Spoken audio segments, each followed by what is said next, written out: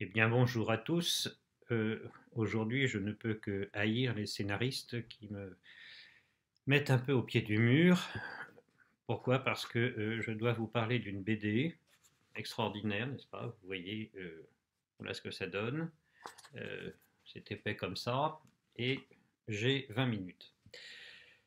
Alors, normalement, il lui fallut, pour que les choses se passassent comme il faut, qu'aujourd'hui il y ait dans le ciel des éclairs, du vent, parfois l'apparition d'un rayon de soleil, le tonnerre, etc., parce que nous sommes en pleine période romantique avec un certain Hegel. Alors, euh, le livre dont nous allons parler aujourd'hui, ça s'appelle La phénoménologie de l'esprit. Nous sommes en pleine période romantique. Nous avons sauté l'épisode Kant, qui pourtant est fondamental, mais on verra ça après les vacances. Et c'est un des livres les plus fascinants de l'histoire de la philosophie. Pourquoi? Parce que nous avons affaire à une espèce d'immense roman philosophique, alors c'est très compliqué, qui part des origines jusqu'à la philosophie. Et l'idée d'Hegel, fondamentale, c'est que, d'une certaine manière, la conscience de soi, cette chose après laquelle nous courons depuis un certain temps, la conscience de soi va se modeler, va se trouver elle-même d'une certaine manière à travers tout un tas de figures philosophiques, et pas seulement philosophiques, c'est pour ça que ça devient intéressant. Ce n'est pas seulement une histoire de la philosophie, ça je vous l'ai dit en cours quand nous avons regardé la dialectique du maître et de l'esclave, ce n'est pas seulement une histoire de la philosophie, c'est en même temps qu'il y a histoire de la philosophie, il y a histoire de la conscience, c'est-à-dire que la conscience, dans tous ses actes, dans tous les actes humains, on va dire, va se trouver elle-même. Et cette manière de s'appréhender elle-même va se modeler, va être fonction de tous nos actes, de toutes nos pensées, de toutes nos réflexions, et en même temps, de toute notre existence. C'est pour ça qu'il y a quelque chose chez Hegel d'assez fascinant, c'est qu'il arrive toujours à réintroduire le concept philosophique à l'intérieur de l'existence. Hier, nous avons vu que la difficulté était toujours de réduire la conscience, l'activité humaine à simplement le fait de connaître. Avec Hegel, nous sortons de cette espèce de paradigme restreint, réduit, qu'est la connaissance, et nous allons entrer dans les déterminations de l'existence telle que nous la vivons. Encore une fois, nous sommes des êtres qui certes connaissons, oui, ça va de soi, enfin, en tout cas, qui nous efforçons de connaître, mais nous sommes aussi des êtres qui aimons, des êtres qui vivons avec les autres, etc., etc. Alors, ce que je vais faire, c'est que je vais simplement prendre la table des matières. Alors, si je prends la table des matières, je pars de quelque chose qu'Hegel appelle la certitude sensible, ou le ceci, le point de vue intime. Ça veut dire quoi? Ça veut dire que dans un premier temps, la conscience n'est pas conscience d'elle-même, on va dire. Elle a un rapport immédiat avec les choses, et c'est un rapport, deuxième partie, qui est perceptif. C'est par mes perceptions que je me rapporte au monde qui m'entoure. Or, ces perceptions, grand classique, elles créent une illusion, c'est-à-dire que ces perceptions m'amènent à un rapport où j'ai l'impression de me rapporter aux choses parce que c'est intuitif, perceptif, etc., etc. Mais en même temps, la chose se présente comme une illusion. Alors, deuxième cran, deuxième cran, critique de l'illusion, et ça va donner l'entendement. Ça veut dire, ça va donner la capacité que nous avons à réfléchir, tout simplement. C'est-à-dire à ne pas prendre les choses telles qu'elles viennent parce que je le sens comme ça, et parce que c'est comme ça, puisque je le sens comme ça, c'est normal, moi je suis le centre du monde et la vérité absolue. Non, nous sommes capables de réflexion, c'est-à-dire nous sommes capables de nous dégager de la chose et de l'illusion de la perception. Ensuite, qu'est-ce qui se passe? Eh bien, à partir de là, Hegel nous dit, eh bien, c'est ici, avec l'apparition de l'entendement, donc de la capacité que nous avons à nous dégager de l'immédiateté des choses et de notre rapport immédiat avec les choses, c'est ici qu'apparaît ce qu'Hegel va appeler la conscience de soi. Je fais l'expérience de moi-même dans la mesure où j'arrive à réfléchir. C'est-à-dire que j'arrive à me soustraire à cette emprise de l'immédiateté pour essayer de voir s'il n'y a pas quelque chose de plus que simplement ce sentiment, ces émotions, etc., etc., etc. Bon, du point de vue trivial, là, Madame Michu, qu'il faudrait quand même retourner voir de temps en temps, ça, elle peut être capable d'en parler avec Alphonse Dupneux en lui disant, bah, tu vois, moi je réfléchis. Quand je lis le journal, je ne prends pas ça comme argent comptant. Bon, bah, c'est bête, mais à partir de ce moment-là, apparaît cette instance critique qu'Hegel va appeler la conscience de soi. Sauf que la conscience de soi, eh bien, elle va faire la même expérience pour elle-même que ce qui s'est produit précédemment. Et donc, nous en arrivons à quelque chose où il va falloir jouer, dit Hegel, entre deux aspects contradictoires, comme d'habitude, à savoir, d'une part, la vérité elle-même, la chose, le monde, et la certitude qui nous est donnée de manière tout à fait immédiate dans la conscience de soi. Notre conscience de nous-mêmes relève d'une espèce d'immédiateté de la certitude. Oui, nous savons que nous sommes, que c'est nous, que quand je dis je ne suis pas en train de parler de quelqu'un d'autre, que quand je dis je, eh bien, c'est bien de moi-même dont je parle, et là, il y a une espèce de certitude immédiate, évidente. Oui, mais cette certitude immédiate et évidente, elle est du même ordre que la certitude précédente, à savoir la certitude de ce rapport immédiat, émotionnel, sensitif, tout ce que vous voulez, avec le monde. Donc la conscience de soi va devoir faire l'expérience de la destruction d'elle-même, du moins de la destruction de sa propre certitude. Ça veut dire quoi, ça? Eh bien, ça veut dire que nous allons devoir, que la conscience de soi va devoir faire l'expérience de l'effondrement de cette certitude. Il n'est pas évident que je sois à moi-même cet être évident, cet être certain. Pourquoi? Eh bien, parce que va se produire dans cette quête de la conscience de soi, la déperdition de tout ce qui fait que je me rapporte à moi-même de manière complètement évidente et sans arrière-fond. Et là, qu'est-ce qui va se produire? Eh bien, de même que là précédemment, le rapport immédiat avec la nature avait produit l'entendement, eh bien là, qu'est-ce qui va se passer? Eh bien, il va se passer l'apparition de la raison.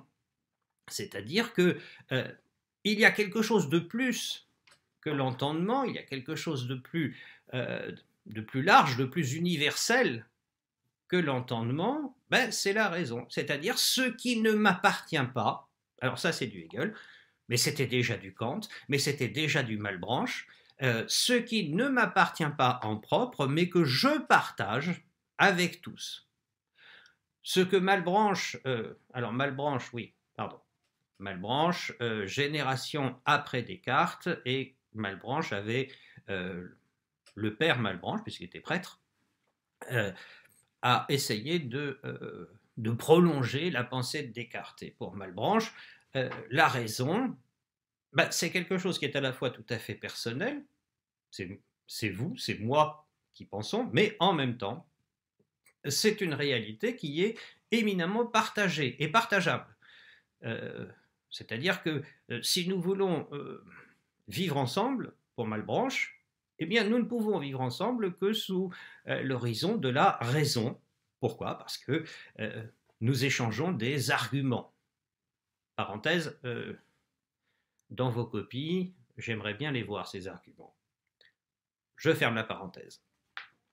Donc nous sommes à présent dans la raison, et que produit la raison? L'apparition de la raison. Eh bien, l'apparition de la raison va faire que cette certitude intime de soi-même, ma foi, elle va devoir être confrontée, pardon, il faudrait peut-être que je parle un peu français, elle va devoir se confronter avec cette instance qui est, elle, encore une fois, la raison, elle est mienne, et en même temps qui n'est pas mienne, et en même temps qui est universelle. Alors, qu'est-ce qui se passe à ce moment-là? Eh bien, c'est l'apparition, dit Hegel, c'est l'apparition de toute l'espèce de comment dirais-je, d'épopée de la science moderne.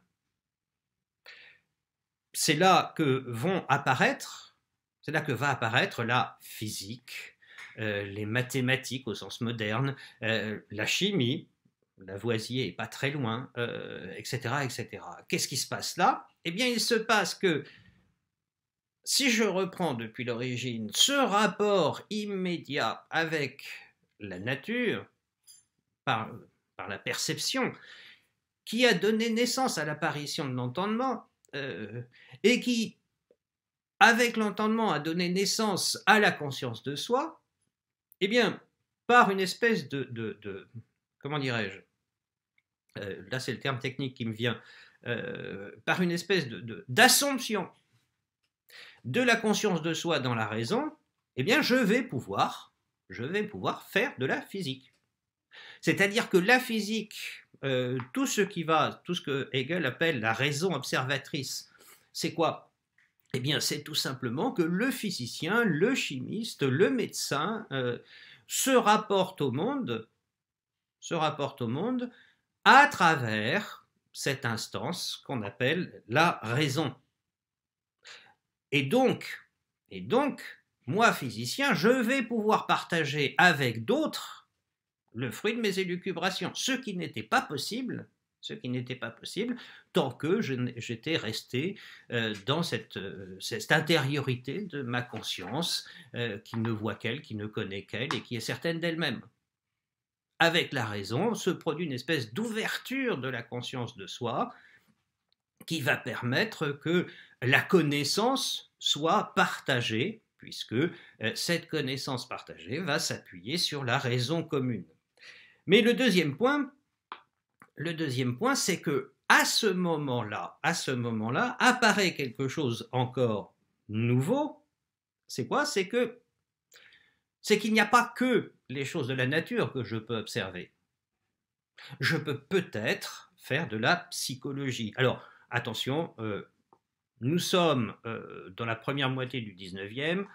Quand on parle de psychologie, il faut y aller avec de grandes pincettes parce que ça n'a vraiment rien à voir avec ce que nous entendons aujourd'hui. La psychologie à ce moment-là, c'est... Alors Hegel se fait complètement avoir par l'idéologie ambiante, c'est de dire que, vous voyez, j'ai un grand front, donc, je sais pas, moi, j'ai la bosse des maths. Voilà. L'extérieur de moi-même est en rapport avec l'intérieur de moi-même. Bon, c'est ça la psychologie. Alors, on va laisser gentiment passer cette chose-là. Mais qu'est-ce qui... J'allais dire, dans ce rapport de la raison, de la conscience de soi qui se découvre comme raison personnelle et universelle, eh bien, que se passe-t-il? il se passe que la conscience de soi se perçoit dans sa raison et en même temps, va découvrir cet aspect un peu curieux d'elle-même qui est la confrontation avec d'autres consciences de soi. C'est ce que j'appelle, depuis que nous faisons de la philosophie politique, le monde éthique. Alors le monde éthique apparaît maintenant, mais il apparaît encore, comment dirais-je, de manière un peu opaque. Il apparaît de manière un peu voilée. Pourquoi ? Parce que la conscience de soi est encore prise dans son individualité. C'est-à-dire que la conscience de soi, même lorsque je fais de la physique, même lorsque je fais de la médecine, etc., et donc lorsque j'utilise cette raison pour percer les secrets de l'univers, eh bien, je reste quand même moi-même solitaire, et je me perçois moi-même dans ma solitude. Donc apparaît là tout ce qui va faire basculer la philosophie dans le romantisme, le plaisir et la nécessité, la loi du cœur et la folie de l'infatuation, la vertu et le cours du monde, etc., etc. C'est-à-dire que là, en même temps que l'apparition de la raison découvre à la conscience de soi son universalité, on va dire, le fait qu'elle est une réalité commune à tous, et bien en même temps, ça c'est du Hegel, en même temps, cette conscience de soi va se percevoir dans son individualité farouche, dans son individualité, j'allais dire, seule au monde, devant l'immensité de l'univers. Voilà. C'est-à-dire que le rapport de la raison avec le monde va produire une espèce de solitude de la conscience de soi, plutôt, pour mieux dire, ça va produire cette idée intérieure que nous sommes devant des espaces infinis dont le silence peut nous effrayer. J'espère que vous avez vu la petite citation un peu remodelée, n'est-ce pas, de Pascal. Voilà. Bon, fin de la parenthèse. Alors, maintenant que nous en sommes là, n'est-ce pas, d'un côté, nous avons cette raison universelle qui nous conjoint au monde. De l'autre côté, cette espèce de renfermement sur nous-mêmes devant ces espaces infinis qui n'arrivent pas à parler, qui ne nous disent rien, eh bien, à ce moment-là, peut apparaître l'esprit. C'est-à-dire que la conscience de soi, dans cette espèce de disproportionnalité entre l'universalité de la raison et l'individualité du cœur, on va dire, eh bien, dans cette disproportionnalité va apparaître l'esprit, et l'esprit va apparaître à travers ce que Hegel va appeler le souci éthique. C'est-à-dire que brusquement, universalité et individualité vont se conjoindre, vont former une seule réalité de notre conscience. C'est le fait que nous ne sommes pas seuls au monde. Ça, c'est pas la première fois que je vous le dis. Nous ne sommes pas seuls au monde. Et donc, comment joindre ensemble universalité de la raison et individualité de la conscience, on va dire, eh bien c'est dans une nouvelle forme de la conscience de soi qu'on appelle l'esprit, qui va prendre en compte tout à la fois l'universalité et tout à la fois l'individualité. Et comment Hegel analyse-t-il la prise en compte de ces deux extrêmes ? Eh bien, par l'esprit et par d'abord le souci éthique. Qu'est-ce qui se passe ? Eh bien, il se passe que nous existons dans un monde avec les autres.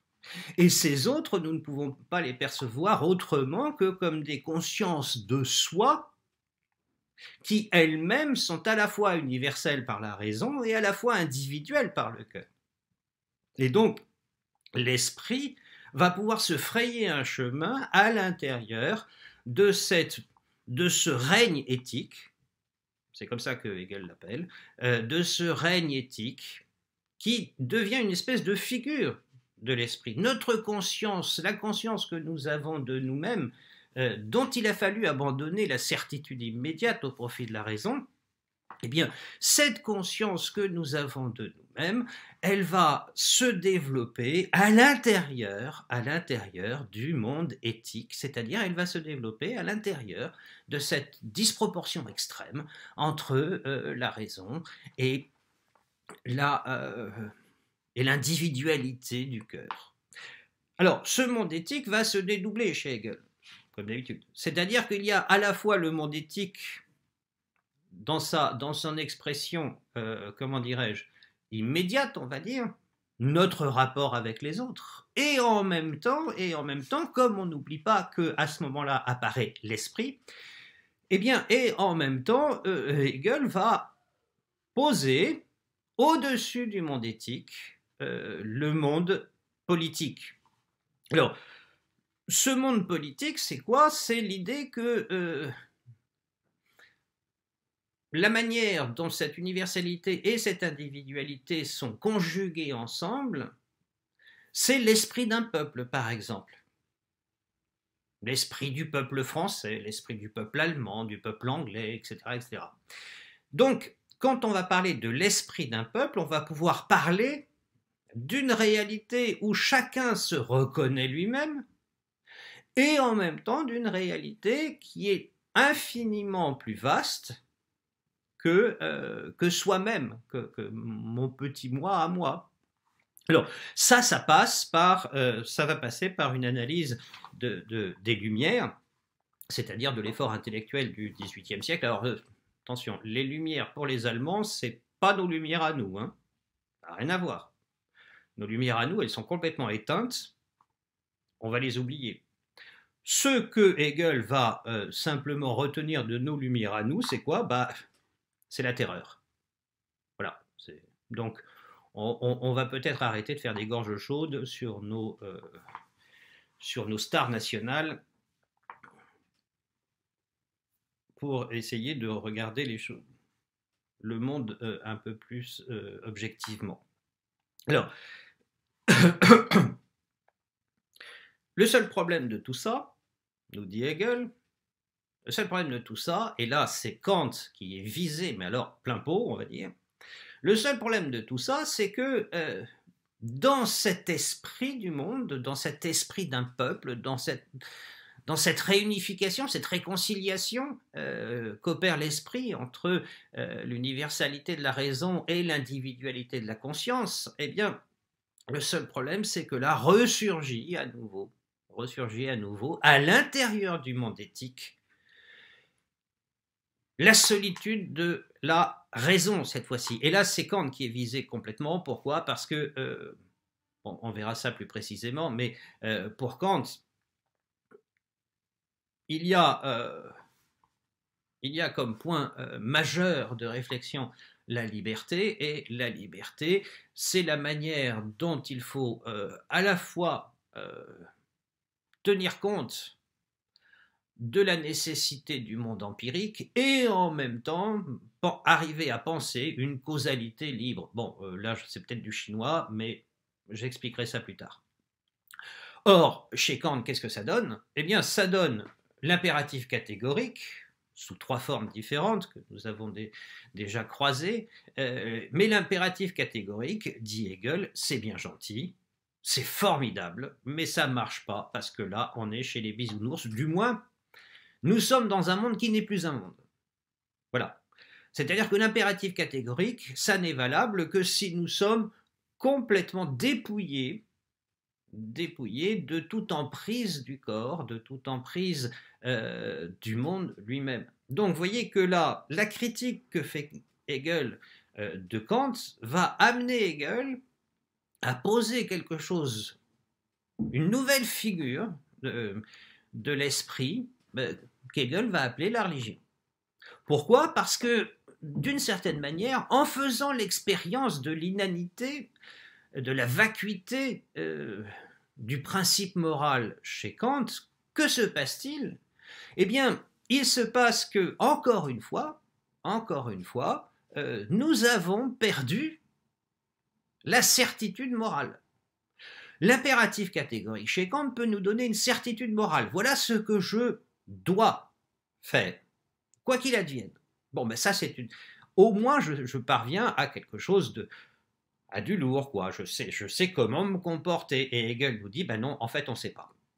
En fait, on ne sait pas parce que l'impératif catégorique est vide de toute conceptualité. Il sert à rien. Mais il sert pour Hegel à ce que nous fassions l'expérience que cette nouvelle certitude de l'esprit, cette nouvelle figure de la conscience de soi qu'est l'esprit, en fait, nous faisons l'expérience de quoi? Dans cet effondrement de la certitude éthique, nous faisons tout simplement l'expérience religieuse de la religion, c'est-à-dire du fait que nous sommes incapables de réaliser l'impératif éthique. Et cette incapacité va amener Hegel à penser cette dernière figure de la conscience de soi qu'est la religion à travers la notion de faute et de rédemption. C'est-à-dire que cette universalité que nous découvrons dans l'esprit, en fait, est une universalité qui exige la rédemption. Pourquoi? Parce que c'est une universalité dont nous savons, et c'est ça qui est important chez Hegel, dont la conscience de soi sait qu'elle n'est pas capable. Nous ne sommes pas capables de cette universalité de l'esprit, et donc ça va exiger que nous soyons sauvés, et là j'emploie le vocabulaire religieux parce que c'est le vocabulaire d'Hegel, ça va exiger que nous soyons sauvés, c'est-à-dire que nous soyons dépris de cette certitude éthique pour pouvoir entrer dans la vérité de l'esprit. Alors la religion, attention, c'est pas du béni oui oui, ça n'a rien à voir. La première partie de la religion, c'est quoi? C'est la religion de l'art. C'est-à-dire que quelle est l'expérience que nous faisons dans l'art? Eh bien, nous faisons l'expérience de cette déperdition de la certitude éthique au profit d'une nouvelle forme de la conscience, qui est une conscience qui va se percevoir elle-même dans la matière, et retour à la case départ. Puisque au tout début de notre immense aventure, eh bien, il y avait ce rapport évident, immédiat, avec le monde, et le monde dans sa matérialité. Eh bien, l'art produit ce même rapport, mais ce même rapport dans cette nouvelle forme de la conscience qu'est l'esprit. Alors, ce que va donner l'œuvre d'art, c'est que ça va permettre de manifester dans la matière la vérité de l'esprit, ça on l'a déjà vu, mais manifester dans la matière la vérité de l'esprit, va trouver sa formule extrême, on va dire, sa formule achevée, sa formule parfaite dans l'incarnation. Puisque, dit Hegel, l'incarnation c'est quoi? C'est l'esprit qui est chair. C'est l'esprit qui est corps. Donc cette universalité va pouvoir se réconcilier avec l'individualité, avec la singularité, à travers l'incarnation. L'incarnation, ça n'est jamais que, comme dit Hegel, cet universel concret, cet universel absolument universel, puisque là c'est Dieu, cet universel concret à l'intérieur de la singularité la plus extrême, puisque c'est cet homme Jésus.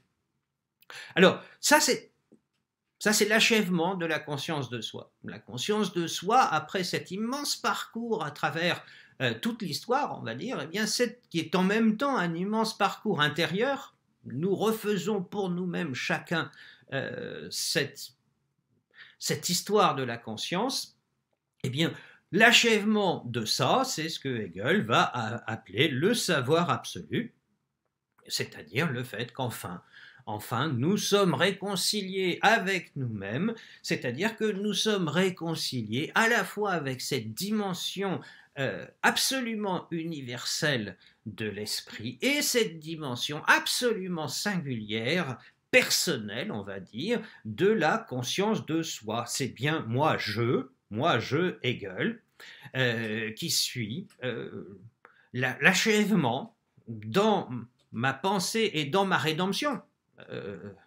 dans ma rédemption, qui suit l'achèvement de cette universalité découverte progressivement, qu'est l'universalité de l'esprit.